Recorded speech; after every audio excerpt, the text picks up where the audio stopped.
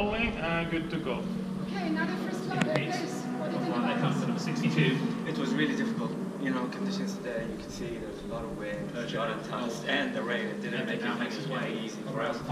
Frankly speaking, when we went off the line, I thought at some point it might be stopped, you know, for safety reasons. But you know, I had a good start off the line.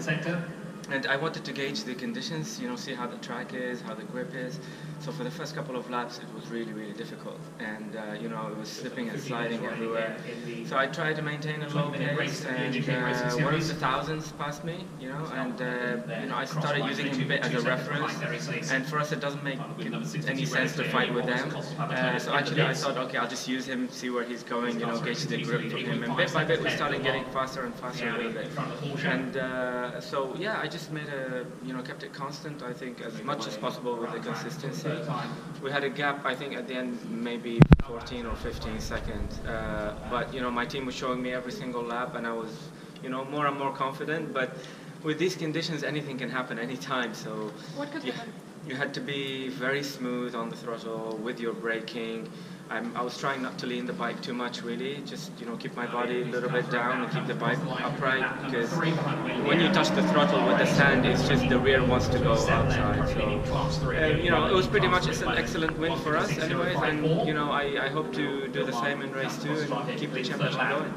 So, but the speed in general was much slower than normal, right? Yeah, absolutely. I think if you compare it, maybe about 5 seconds of my best lap time of the circuit. But in these conditions, you're not going to really look into a lap time, because everyone is in the same boat.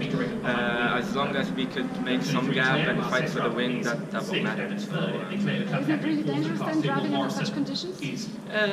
Look, to be honest, we do have race tires that help. Obviously, if it comes down to a point where you feel, you know, you're losing grip way too much and it's not safe anymore, you know, I'm sure the race organizers, you know, would definitely look into stopping the race or put a red flag or something like that. But obviously, everybody was safe and everybody finished, and it was not too bad of a race. So we racked up the points from this, and this is what was important. Is it the first time you were driving under such conditions? No, I've done a couple of races, maybe 2 or 3 races in these conditions, but I have to say, I think today was the worst in terms of the wind.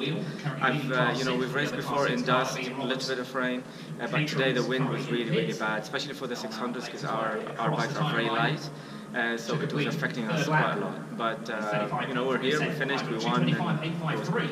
Perfect, thank you very much. Thank you so much. Thank you. As he comes across the line there behind wheel number 42, Peter Carter continues to 12.4 seconds is the gap between